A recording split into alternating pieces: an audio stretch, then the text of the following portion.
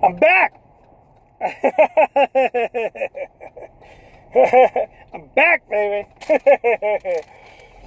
Guys, this is Jose Trujillo. I am the world's greatest living artist. I am in the car studio.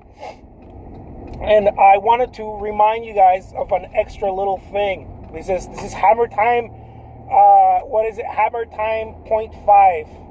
Or Hammer Time 2.0. No, this is not 2.0. This is Hammer Time 0.5.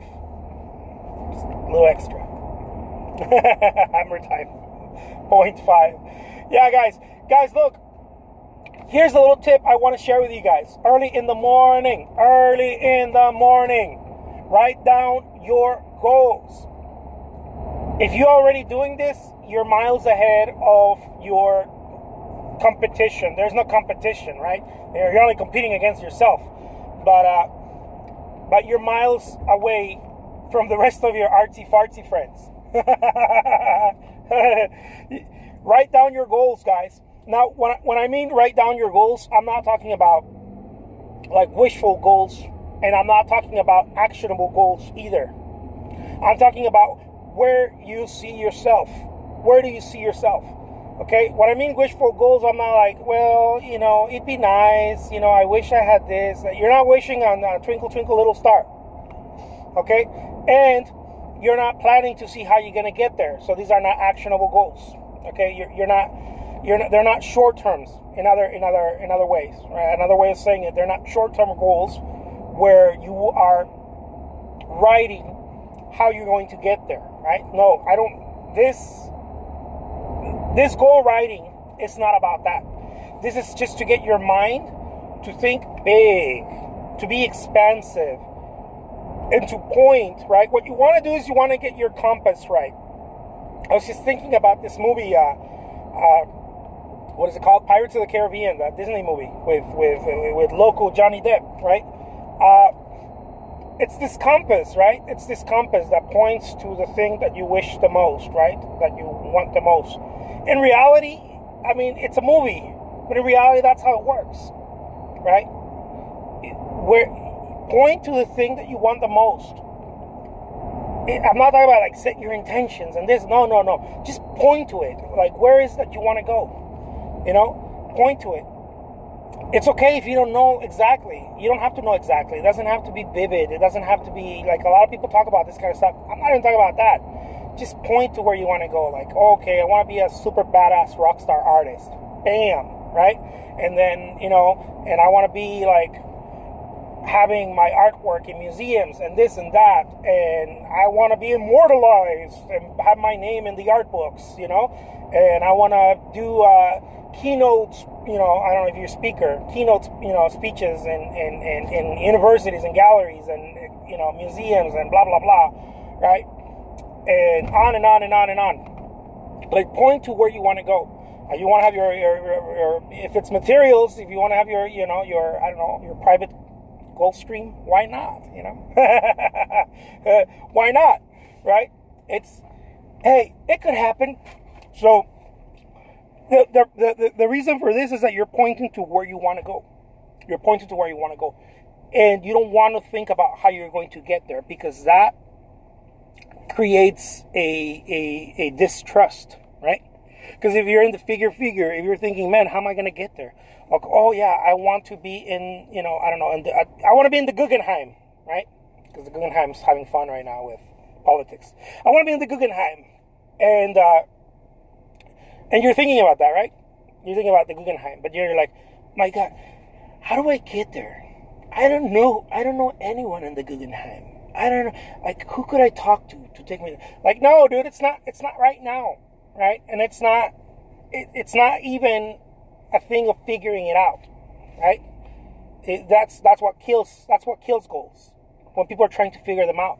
Like, don't figure them out, just look at it and be like, because all of your intention, what's going to happen is that all of your being, that the brain is such a magnificent tool, right?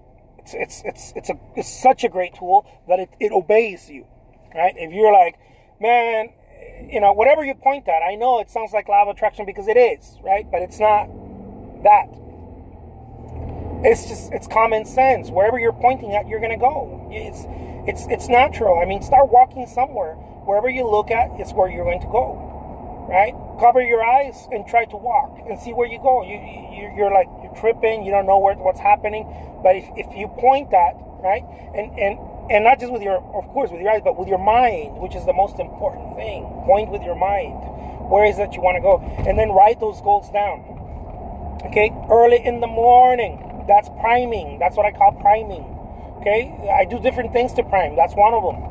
And that shouldn't take you half an hour. Please don't sit there and contemplate it. It should be very simple and quick, because it's going to start, you're going to cook it, right? This is something that you don't want to stop doing for the rest of your life, right? Make those goals like stupid big, right? Because if you make them stupid big, right? You know how some people say, make your goals attainable. Those ain't goals. Those are not goals. Like, if you make something attainable, that's a effing to-do list. Like, making small and attainable, those aren't goals. That's a to-do list. Like, man, I need to get 10 galleries. Those aren't goals. That's like a to-do list. Like, I want to get 10 galleries to exhibit in my work in 1 year, right? That's not like, oh my God, that would be a great goal. That's not a goal. That's stupid. That's a to-do list. That's a task. It just requires work. It's very simple. You have to do is this, and that. But to go to the Guggenheim, to go to the moon, to hang out with Elon Musk and stuff like that, that's not a to-do. That's a goal. There is not a clear path as to how. There is no clear path as to how. So those are goals. They're big. They're massive. Like, one of my goals is to hang out with Elon Musk and be buddies. You know, I'm sure he doesn't have any time for buddies. But if he had 1 minute, we'd hang out and drink a latte in Mars or something like that. I want to be his friend. That cat looks like I could be his friend. So, you know, whatever. But you want to have those giant goals, right? And then that's one part of the paper. The other part of the paper is, right, because you want a full-size sheet of paper. Like, don't be doing your goals on, like, little Post-its. I see people doing that. It's like stupid. Big goals, big paper, okay? Yeah, so, and then another part of your paper, big goals, big paper. Yes, that's the way it is. Now make actionable goals, right? Now these are actionable goals, which are close to to-do lists, right? They're actionable, right? They're like, oh, okay, well, I want to make, I don't know, $1 million a year, right? Being an artist, wherever you are, I don't know. I want to make $2 million. I want to make 100K, whatever it is, right? Or maybe you're not looking for that. Okay, cool. Everybody's in a different place. Maybe that's not what you're looking for. I want to learn how to paint. Boom, actionable goal, right? And then that, you don't have to put like exactly how. If you want to learn how to paint, all you have to put is classes, right? Like, that's all you need. Painting classes. Classes practice. You know, that's it. Like, you don't have to go A, B, C, D, E, F, right? And this is what I'm gonna, and this is, like, it doesn't have to be that way, guys. It's just actionable goals, right? I want to get, I don't know, 100K Facebook friends, right? That's an actionable goal. I don't know exactly how I'm gonna get there. I have no idea, really. but then, you know, like, you put that as a goal, right? That's a goal. It's an actionable goal. You start thinking about what two things, or what's going to take you there. Not exactly, but what habit or action, right? One of the actions that I've noticed is, well, you know, use Facebook ads, right? That's one of the actions.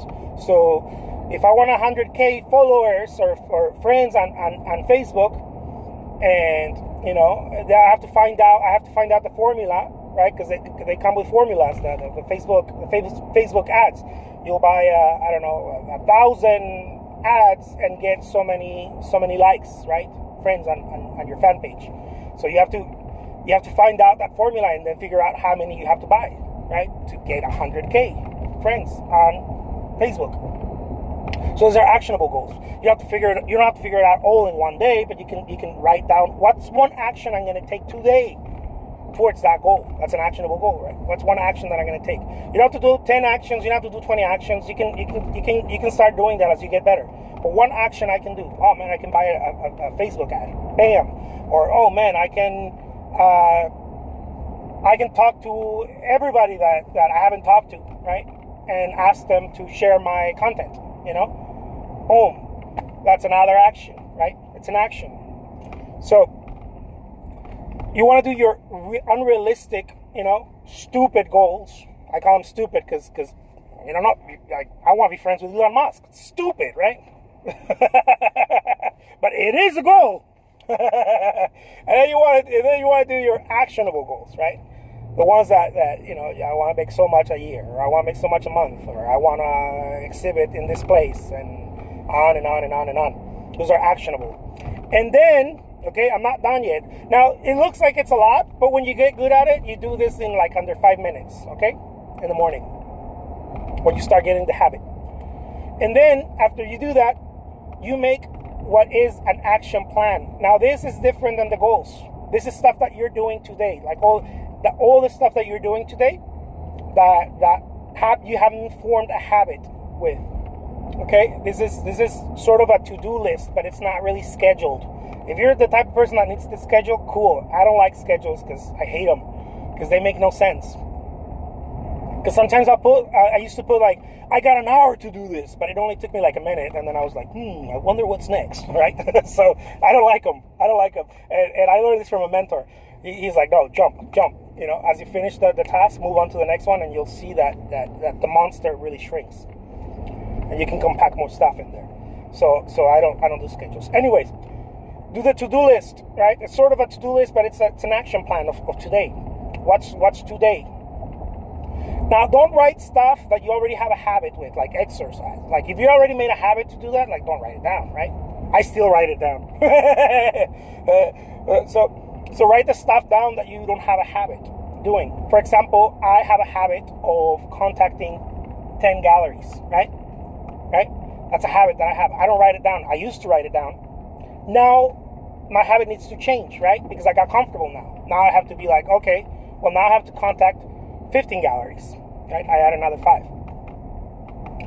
And so the habit changed, right? Now, the habit's the same, but getting more, right? I have to remind myself that now I have to go for more. So I put 15, contact 15 galleries, although I already built the habit to contact 10, and on and on and on and on. But you want to write the stuff down that only moves you towards your actionable goals, okay?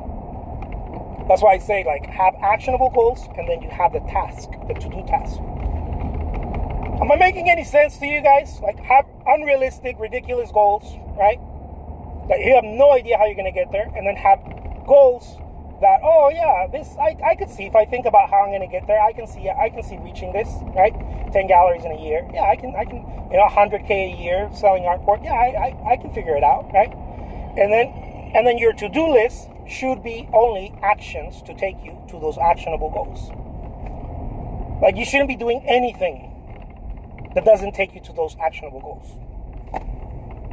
Anyways, I hope that I helped at least one of you out there, guys. If you guys aren't doing this, you are doing yourself a huge, monumental disservice.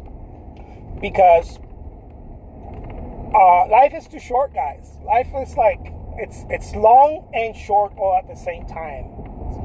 It's a bit of a weird thing. Some of you I know are older, some of you may be younger. I don't know. I'm a young buck. But I realize that life is not that long. It's a game, right? We're just playing. You ain't taking anything nowhere else. Like, once this is over, it's over. Unless you believe in like afterlife and all that kind of stuff. But that's cool, right? But this physical is what I'm talking about. The physicality of thyself is over when it's over.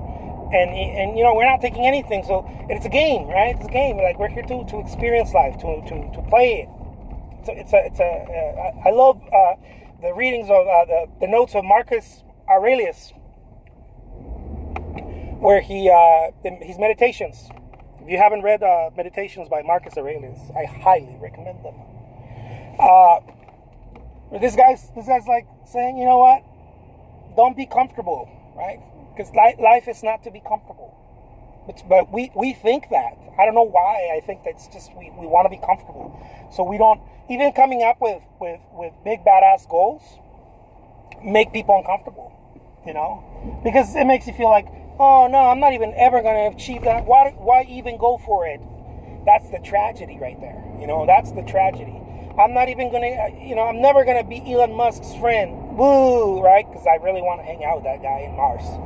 And drinking some lattes. And, so if you think like, oh, that's never going to happen. Well, if it wasn't going to happen, now after you said that, for sure it's not going to happen, you know? If there was a very slight possibility of it happening, now that you said it's impossible, it's not for sure impossible, right? So I want to leave that open, right? I want to leave that open. And not just for the possibility, right, of that happening, but I want to be pointing at that direction. Right? I want to be pointing at that direction. I mean, for me, it's like, it'd be so awesome if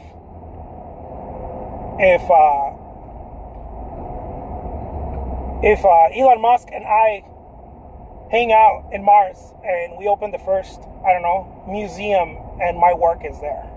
Some shit like that, huh? Yeah, like talk about far-fetching. But that would be cool, no? So I point on that direction, right? Because now that I pointed there, like exhibiting in the Whitney Museum or one of those prestigious galleries or museums in New York, it's gonna be like, oh well, I mean, yeah, that'll be tough, but really my goals are way tougher. So it makes everything more of a game, right? More of the possibility is open, right? It's open. It makes it more attainable. That's what I'm trying to say. And at the same time, you are pointing, like I said in that movie Pirates of the Caribbean, you have that compass, right? We were all born with that compass, right? It's where you point at. So make sure that you look where you really want to go, because that's where you're going. I remember reading about, I don't know if I shared with you guys or not this, but I remember reading about this surfer, this professional surfer. I guess he taught like all the pros or something like that in Hawaii. Yeah, I think it was Hawaii. And this was like a pro surfer guy, you know. And he told the newbies, right? The newbies that wanted to learn how to surf and whatnot, because I think he was teaching newbies too, something like that. Anyways, the story goes that this guy would tell them as they're paddling on their board, you know, ready to take on some waves. This guy would tell them, hey, make sure to look right when you're ready to come back, right, to land or whatever. Make sure your eyes are on the land. Do not look at the rocks. There were some rocks over close by or something. Maybe a harbor or something, some rocks. It's like, do not look at the rocks. Look at the land, right? It was so crazy for me when I read that. I was like, oh man, this guy got it, right? But of course he got it. He was a pro. He already had the experience and understanding, experiential experience, the real experience, not knowledge, not something I read, right? And the reason behind this was because the surfers who looked at the rocks, right? Like, human beings are like that. I don't know. We're stupid that way. We're wired that way, right? It's not stupid. We're stupid not to figure it out. If you look at the rocks, if you're a surfer, you'll go towards the rocks. That's what this guy says, right? But if you look at the land, like, your whole body and the water will shoot you to the land. It's so crazy. I thought it was mind blowing, because that's how I look at it. Like, if I say I'm gonna have a shitty day, I will have a shitty day. If I say, man, this day is gonna be great, as soon as I wake up, I'm gonna make some great artwork. I can't wait. This is gonna be fantastic. I'm not pumping myself up. I am casting, right, a spell. I am basically saying, I don't know what it's going to look like, but that's where I'm going, right? It might get rough, but that's where I'm going. I don't know, right? But I'm going towards, it's going to be great. I'm going to have all kinds of fun and opportunities creating artwork. I wake up. This is another practice that I've been doing lately. When I wake up, one of the very first things that I say is as I'm writing my goals is 10 people are going to call me today for great opportunities, great business opportunities. It's so crazy. Like, it hasn't happened that way yet, but that's where I'm going, right? That's where I'm pointing at. Because if I wake up and because my body, right? My body, my intuition, my je ne sais quoi is going to start pointing that way, right? If I want to sit and mope and cry and be like, man, this stuff is not working, like my body is like, remember what you said today. Today you casted a spell. Today you said, look, dude, you're going to get 10 calls from gallerists and this and that. And as the great Rumi said, guys, must I quote a sage, one of the greatest, what is it? One of the greatest wise men in the world? Rumi said, act as if the world is rigged in your favor, right? Act, like say it, act it, believe it, feel it, that the world is rigged in your favor. That's why goals are so important, you know? So I don't write goals one time because it's meaningless, it's stupid. Like, if you write goals one time, it's like, it's unless you're a robot and then, you know, someone downloaded something and then that's it, right? Like, the information is there. But human beings are not like that. We're emotional. You know, one day we're happy, the next day we're like bitching and complaining and moody, right? Because we're human beings. We are emotional people. We're emotional beings, right? And so we have to constantly cleanse ourselves. We have to constantly, just like we bath, like we take showers, our mind gets dirty like that. Our mind gets very dirty very fast, right? Because that's what it does. It clutters, right? It's like because it's lost, right? It's lost because we're not pointing at the right direction. So the mind doesn't know what to do. It's following every emotion you're putting there, right? You say, "Oh man, today sucks," and the mind's like, "All right, don't worry, I got that. I'm gonna make sure it sucks." And then you're like, "Oh, this is great. Oh, it doesn't suck anymore. Okay, hold on, I'm gonna make it great." And then you're like, "Oh man, I'm a total failure." In the same day, right? And then the mind's like, "Oh my God, okay, how can I get this? How can I do this? I'm gonna make sure that you're a total failure because I obey. That's what I do." That's what your mind does, you know. Yes, Captain. What is it?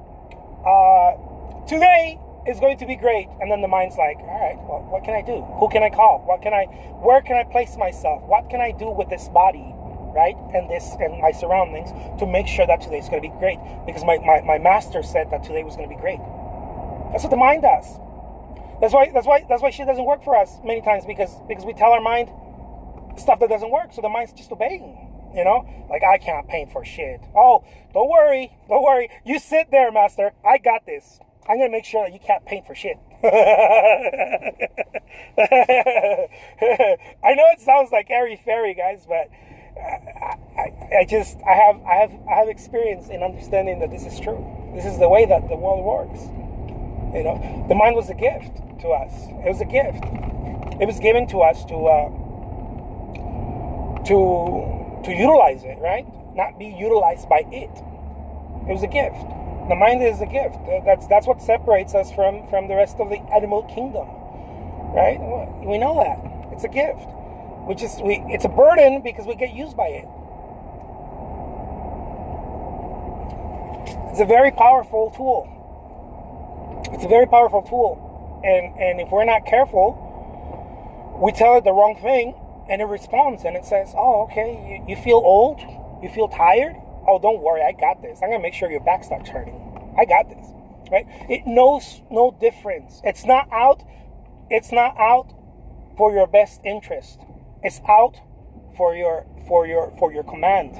This is the shit that took me a while to understand, guys. A very long while to understand. The mind is not out for your best interest. Okay? So if you say this sucks, the mind's like, "Oh, don't worry, it's not gonna suck. I'll make it better." The mind doesn't work that way. The mind is so direct and pure. It's out for your command, not for your best interest. So make sure that your command is your best effing interest, because that's the way it works. And that's why all these people that talk about law of attraction and meditation and a lot of stuff, they don't. Many people don't talk about this way. And this, I didn't learn it from meditation. I didn't learn it. I'm sure that if you meditate enough, your mind is going to be A-okay. But I didn't learn it from none of that stuff. I learned this from experience. I started noticing that whatever I told myself, I went that direction. It was a compilation of, of things. I started realizing this. Man, it's so funny that anywhere I point, right, wherever I point, I seem to start going that direction. And it almost sad not to know this, right? It's a tragedy not to know this. But whatever I tell myself, whatever I command, right? That's why I called it a spell. Whatever I command, I start going that way. If I say I don't have time, I sure as hell don't have any time. If I say I have time, oh man, somehow I start having time, right? Because the mind doesn't give a shit about your best interest. It doesn't work like that. It's not a buddy, It's not your mom. It's like, this is for your best. This is for your good. The mind doesn't work that way. The mind is a servant. It's a loyal servant. You tell it whatever, you command it, and all it does is yes, master. Yes, master. This is why we have the story of the genie in the bottle. This is the reason why we have the story of the genie in the bottle, because it was a way to show us the power of the universe is really in a bottle. It's in our mind. It really is in this little thing called our brain or our body or whatever you want to call it, But we find it difficult to believe it because we command things and then we expect different ones. We're constantly commanding things. How's it going, Sean? We're constantly commanding things. We're constantly saying, oh man, my art sucks, right? Oh, it's not as good as I wish it would be. And then the mind says, oh, don't worry, master. I will make sure that it will continue to not be as good as it needs to be. Because that's what I do. I receive information and I serve you. Whatever you tell me, I'm here. It's a loyal servant. How's it going, Stevonix? Stevonix says, can't love this enough. It's totally true. I used to get into the studio. This took me years in the studio, and going in there and being like, oh man, like I don't know why I don't feel like I'm in a swing. Like I don't have, I can't do things right today. Sure enough, can't do things right today, and then my day would suck, and then I would be like, oh man, my day sucks. Sure enough, dude, your day's gonna suck. You started by saying the painting's not coming out right, and then the painting didn't come out right because that's what you professed, right? So the painting, of course, that's what's gonna happen. And then the painting didn't come out right, and then now your degree of bitchingness is higher, right? Now it's like, oh, well, not only the painting didn't come out right, I'm having a shitty day because of that. Sure enough, okay, let's the loyal servant says, don't worry, master, sit back and relax. I will make sure you have a shitty day. and then we go to sleep, right? That day, and we're like, oh man, I remember being in sales, right? I was like, oh man, I didn't meet quota, right? And then tomorrow is like, oh man. And then tomorrow I got to catch up because today I did not meet quota. And then tomorrow I'm going to have to catch up and it's going to be harder. Sure enough, Mr. Loyal Servant says, don't worry, I will make sure that tomorrow you have a hard day too. You're not going to be able to meet quota. I'm going to make sure that I obey exactly what you tell me because that's what I do. I'm a loyal servant. I'll obey. I'm here to serve you. Anything else, master? so we wonder, right? We go through life wondering, why is shit not coming out my way? It is coming out your way. That's what you don't get. It is coming out your way. Most of us don't get this. I'm telling you guys, it took me years to understand this in my own experience. I remember complaining about it and being like, man, things aren't coming my way. Till one day it just clicked, and it clicked because of many suffering days. It didn't click because I was so intelligent. There was a lot of suffering in the middle, and then boom, it clicked, and I was like, oh shit, man, it is coming my way. Like everything I'm doing, everything I'm saying, it's coming my way, and it's rigged that way, right? It's rigged that way. I remember telling myself, I can't paint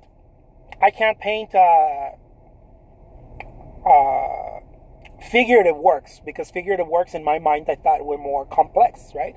As opposed to flowers, which is, it's like the same damn thing, right? I can't paint figurative works in small canvases. That's what I used to tell myself. I told myself this for years. Well, sure enough, right?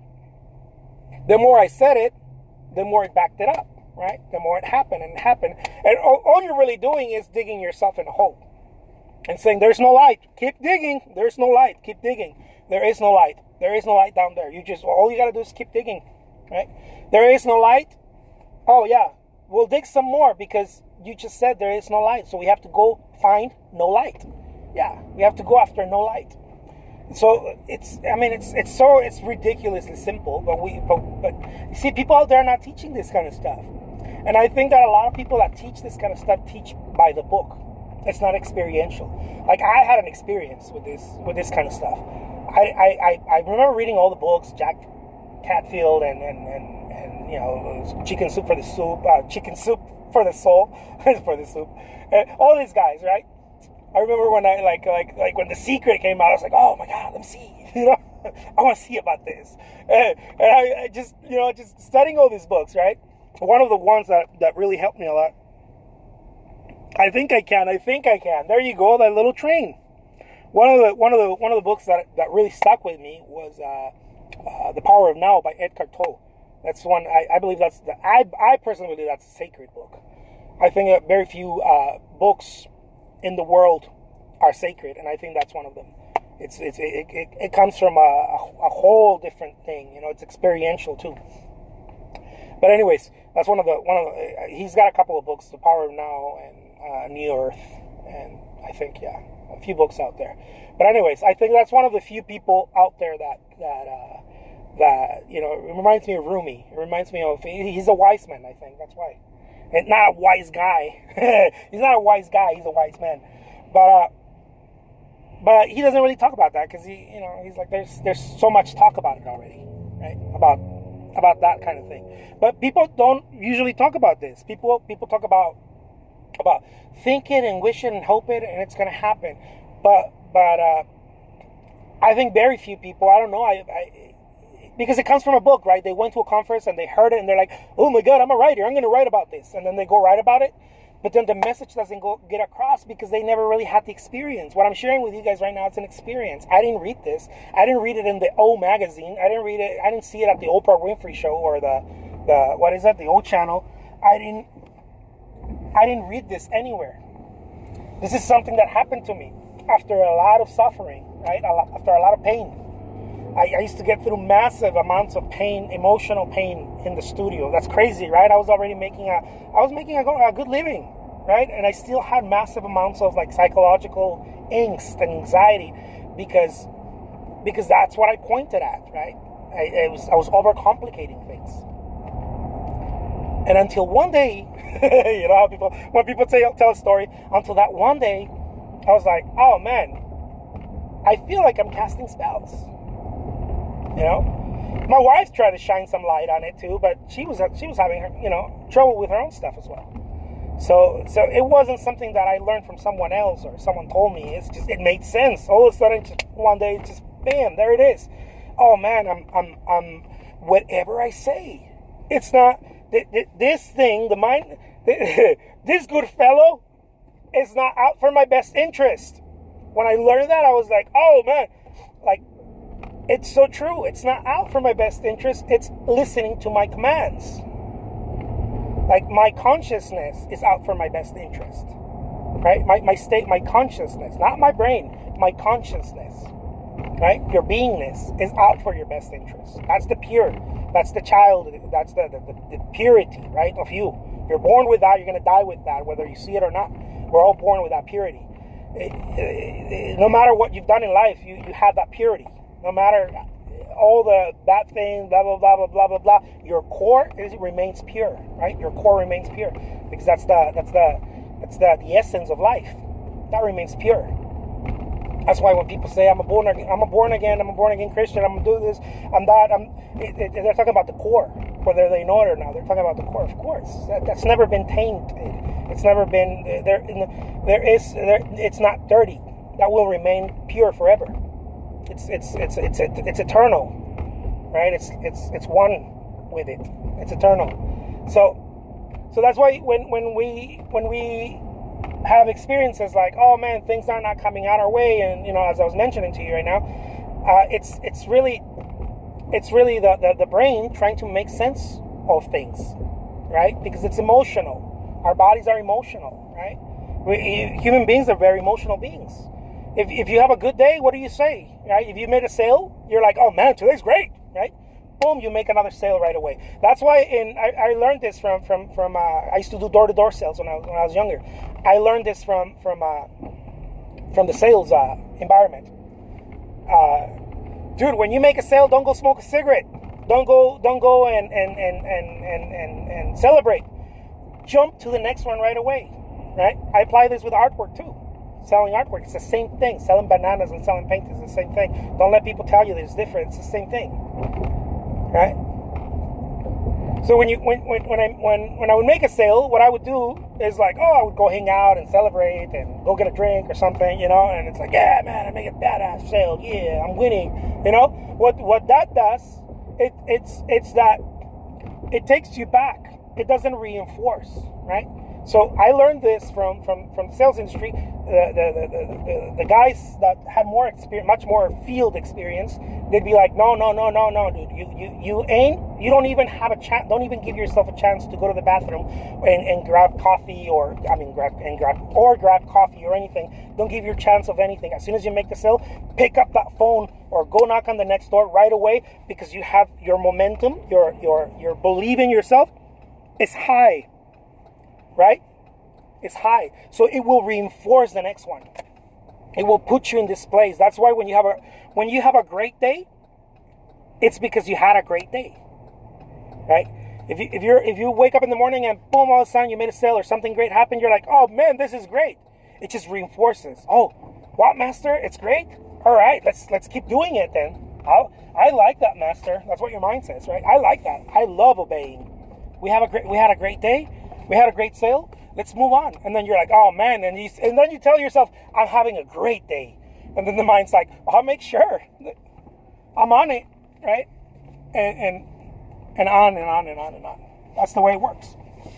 So that's one of the things that I tell people that are in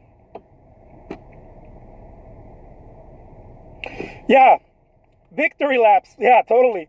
It says, Stefanik says, we think we need to celebrate a good thing happening. Totally.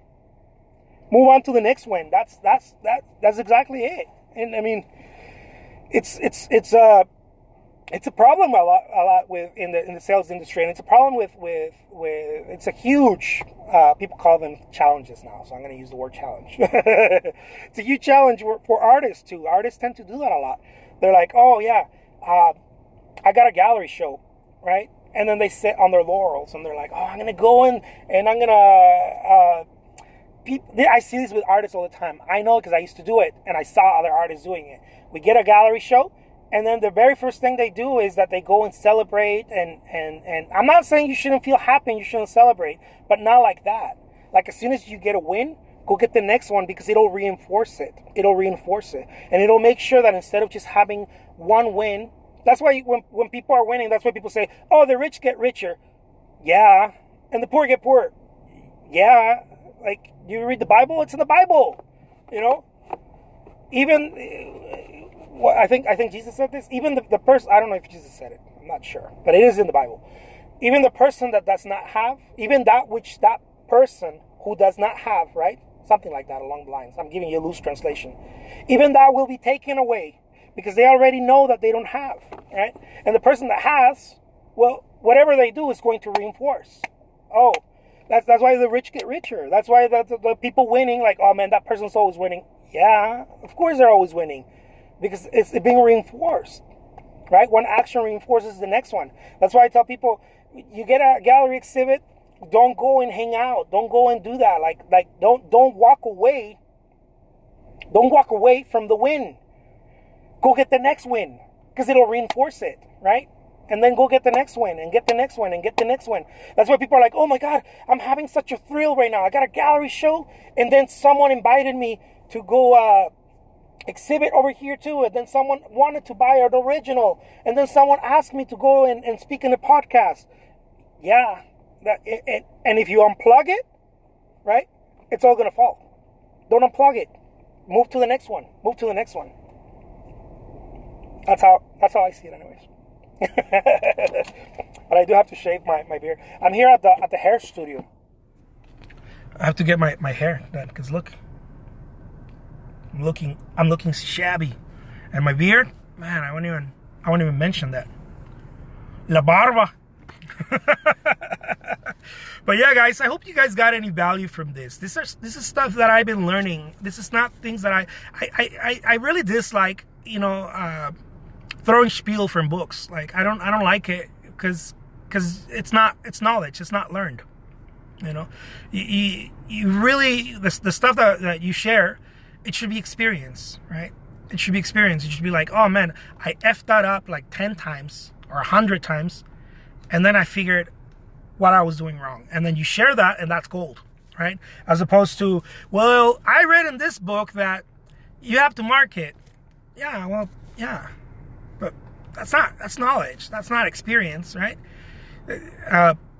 Knowledge is more like, my experience is more like, dude, I went years without doing it, right? Without marketing, without talking about my process and my work and everything. And all I noticed was that I was being an effect. Like things happen, yay, right? Out of whatever, default or whatever, because I was in the marketplace, but I wasn't really marketing. And then things didn't happen. And then things happen. And that's why a lot of you out there have zigzags. Now I don't think you ever get rid of the zigzags. What I mean, that you have a great month and you have a bad month, or you have a great week and then you have a bad week.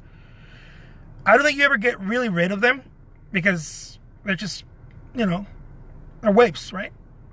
The problem is that a lot of you have zigzags that are straight line or go down, right? Even worse, go down, right? But a straight line eventually will go down. So I'm always looking like, oh man, I talked to 10 galleries. That's a zigzag, right? It's a zigzag. It's a straight line zigzag. I'm getting a return from talking to 10 galleries a day, or talking to 10 prospects a day. I'm getting a return out of that, right? But if I talk to 15, right, my zigzag goes up. I'm not looking for one peak only. I'm looking for the straight line to go up. Zigzagging, I don't care, but it needs to go up. And this I learned from a mentor. It's like, make sure that you don't have a straight line, because if you have a straight line, eventually everything that's straight will bend, right? Because you get comfortable. You get comfortable. You're like, yeah, I'm winning. I have gallery exhibits. I'm making, blah, blah, blah, a month or a year, whatever, right? I'm winning. And then you sit on your laurels, and sooner or later, right, market changes, fluctuation, whatever you want to call it. Someone gets sick or whatever, some negative stuff, and then it gets lower, and then it gets lower, and then it gets lower, because you keep doing the same. I don't know, like you want to be one of the best salespeople, and you're making 100 phone calls a day, right? You're in phone sales or whatever. You're making 100 phone calls a day, or 50 phone calls a day, even worse, right? And you're winning something, right? Eventually that gets lower. The next best thing to do is not just to get better, right, at the phone call. That's great, but eventually you're going to get better at the phone call. Either way, it's make more phone calls, right? And get better, but make more phone calls is the straight line, right? So you make more phone calls, and then the straight line goes up naturally, right? Because your odds are greater now. I've talked to some people that make over 200-300 phone calls a day. Man, like, it's unbelievable, right? They don't sound that intelligent, and they don't sound that intelligent on the phone either. They're just working harder. They're just working harder, and somehow they're winning. They're winning. Not somehow, I know that's why, right? They have the positive attitude, and they're calling more than everyone else. And usually the people calling more than everyone else, not usually, I've never seen anyone who is not positive and calling more than everyone else, winning more than everyone else. It's just the way it is, right? Because it's reinforcing it. It's reinforcing it. They get a lot of no's, and then they hit the yes, and it's like, oh man, I can do this. Then they go for a lot of no's again, and they hit that yes, and oh, I can do this, and it just reinforces and reinforces. Well, a lot of people are like, I don't want to get the no. I don't want to call on that gallery, or I don't want to call on that client, or I don't want to send an email list because I don't want people to leave my email list because I post a lot. I'm sharing a lot of content. I make long ass videos like this every day on Instagram, and I'm not looking for everybody to like me. I'm looking for you. I'm looking for that one person. Not everybody. Of course, not everybody's gonna like me, but I'm looking for that one person that's like, dude, I like what this guy has to say. I think I might share this. You know, I might connect with this. I'm looking for one person. Every day I'm looking for one person. I'm looking for one yes. Every day I get mail or emails or stuff like, man, you suck, your stuff doesn't work, or someone says something. I'm like, yeah, I do, but I wasn't looking for you. I'm looking for one person. Just one person. You know? If I get two, great, but I'm looking for one. Anyways, I'll leave you guys with that. My name is Jose Trujillo, world's greatest living artist, guys. Keep it cool, keep it real, and go for it. Go for it. Don't waste any time. Adios, amigos.